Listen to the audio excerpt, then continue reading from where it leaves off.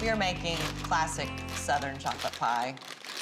And you are going to do the crust, which is graham cracker. And we were talking earlier about how graham cracker crust is not really typical, right? I mean, I don't know how you grew up. Maybe you grew up with graham cracker crust in your chocolate pie, but I always had it with pastry. But I love the graham cracker crust. It's so delicious, soaked in butter. Well, I've added a little extra butter to the crust today because that's how we roll. Because we're doing blue plate special food, and we're wearing blue because... Isn't that adorable? Isn't it adorable? It's just too cute, right? I am making the filling for this awesome chocolate pie while you are making the crust. I've got sugar and flour, and now I'm adding a tablespoon of unsweetened cocoa powder. And you've got a sleeve of graham crackers, which is about a cup, and you're just gonna pulse that till they're fine. What's that? What you're gonna do? You know, sometimes I like to sub vanilla wafers for the graham crackers. Have you ever used vanilla wafers instead of flour? Ooh, Trisha. You should try that.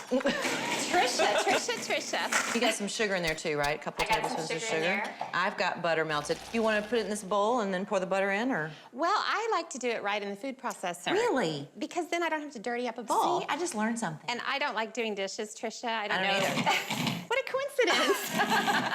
I mean, that makes so much sense. Yeah, and then it's kind of all mixed together, and you don't have to worry about it. Look what we just learned. Oh, glorious. See, you know stuff. Look what you can do. I don't know as much as you know. That's not true. So we'll I just watch get your rid of show. this. I know what you know. I'm separating 3 eggs to go into this filling and saving the whites for the awesome meringue that we're gonna have on top. I remember going to diners because my daddy really loved that tray with as much stuff as humanly possible, and you would get stuff that you would never order off a menu, but since it was there, you're gonna have it. I'm with your dad on this. Yeah? It's about the variety and like you said, trying new things that you might not try otherwise. Yeah. But then getting the familiar things. You're doing such a fine job there, just pressing that into the pan. I just like being around graham cracker crust, so I'm happy just pressing it. I'll stay here and press endlessly. So I have added 3 egg yolks, and then I'm gonna stream in some warm milk to try to incorporate it as much as possible and not to turn the heat on yet so that I don't scramble the egg. You're a smart girl. This pudding has gotten nice and thick and it's perfect. All it really needs is a spoon right now. Trisha, we don't even need a crust. Why did we even do I know. this? Well, we could eat the crust separately and then we could just dip.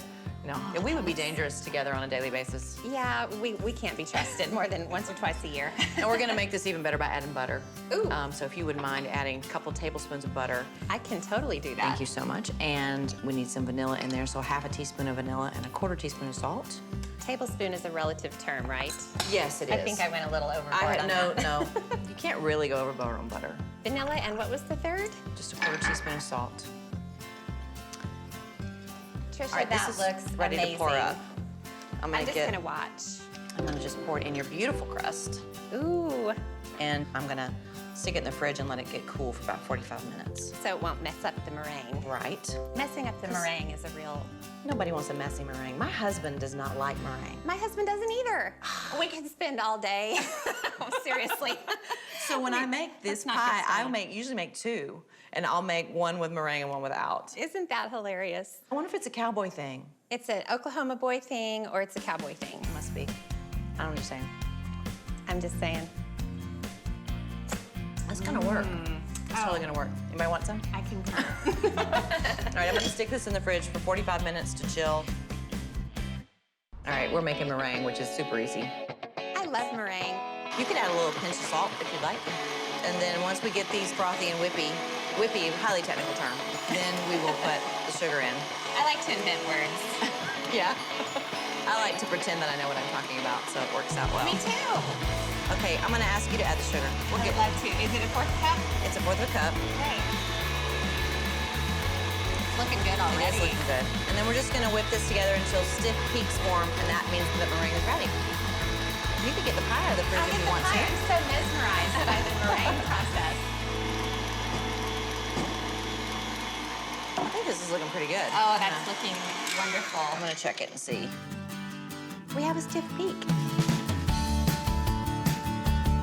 Mama always just took the spatula and tried to make tiny peaks on the top of the pie. Oh, it's gorgeous. And they'll get nice and brown. I love going to these restaurants because they were always in a case and you could see all the pies, and the meringue was huge. Huge. And I was like, no matter how full I am, I'm gonna have that pie for dessert. Look what we did. It's a triumph. This is gonna go into the oven at 325 for about 15 to 20 minutes, just until these peaks get nice and brown. And that chocolate pie looks lovely. It is gorgeous. I gotta try the chocolate pie. I can't wait anymore. It looks so pretty. I'm gonna cleanse my palate first. I'm not. That takes me back. It tastes like my mom's, but it tastes like going through that assembly line and getting that dessert. Doesn't that taste good?